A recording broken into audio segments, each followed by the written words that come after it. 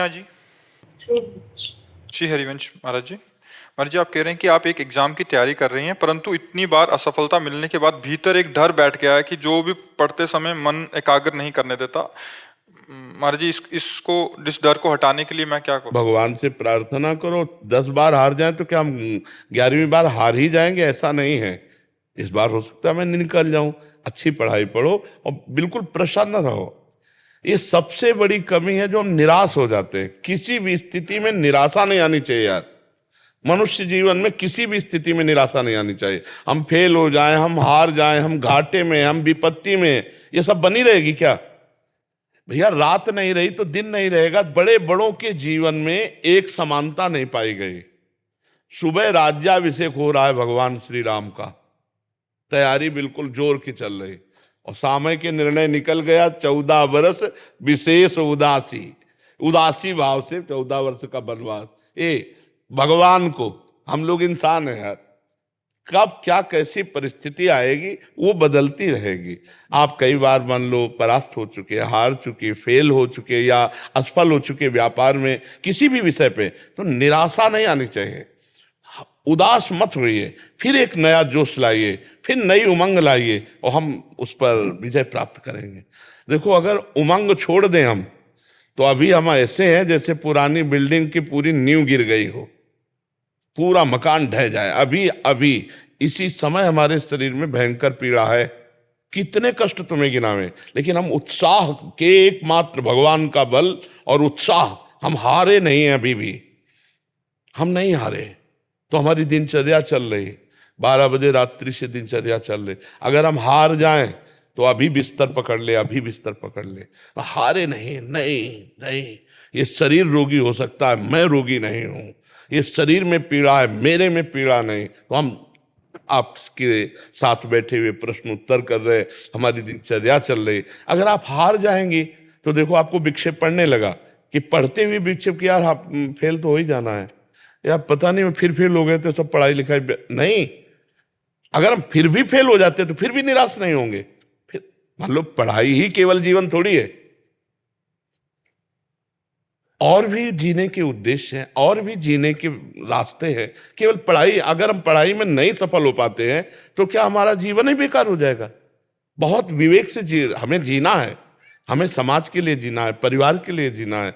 हमें और जीने के कई कारण हैं। जीने का क्यों यही नहीं कि हम फेल होते चले गए तो अब क्या करें, अब शरीर को नष्ट कर दें। बहुत से बच्चे ऐसे करते हैं, बहुत से किसान ऐसा कर लेते हैं, बहुत से व्यापारी ऐसा नहीं करना चाहिए। हमारे जीने के और भी कारण हैं। सबसे बड़ा कारण है भगवत प्राप्ति, और वो अगर इस मनुष्य शरीर में नहीं हुआ तो किसी योनि में नहीं होगी। मुझे भजन करना, मुझे भगवान की प्राप्ति करनी, और भगवान मिल गए तो सब कुछ मिल जाएगा।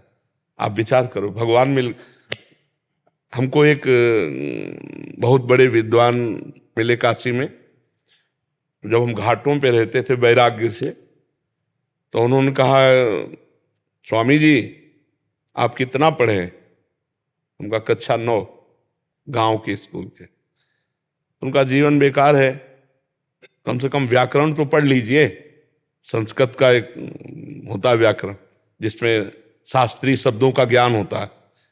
उनका हमारी आस्था नहीं रही, हमारी आस्था भजन और तपस्या में है। तो उनका क्या ज्ञान प्राप्त हो जाएगा भजन और तपस्या से, बिना व्याकरण पढ़े? उनका, मुझे तो ऐसा विश्वास है कि वेदों का अर्थ भी आ जाएगा अगर तपस्या और भजन हो। क्योंकि तपस्या से क्या नहीं हो सकता, भजन से क्या नहीं हो सकता। तो उस समय तो हमारा जीवन ऐसा था, कोई मतलब ही नहीं था कि ज्ञान और प्रवचन और प्रश्न उत्तर, कोई सवाल ही नहीं था उस समय। तो एक केवल लक्ष्य था भगवत प्राप्त। लक्ष्य बना लिया तो आज आपका प्रश्न बाद में पूरा होगा, उत्तर पहले दिमाग हमारा तैयार कर लेता है। ये हमको बताते थोड़ी कि हम प्रश्न का क्या करने वाले हैं। ऐसा नहीं है कि पहले हमें प्रश्न बताया गया हो फिर हम उसका उत्तर चयन किया हो, फिर नहीं। आप करो, आप प्रश्न करो, और पूरा नहीं होने देंगे उत्तर भगवान पहले यहां फिट कर देंगे।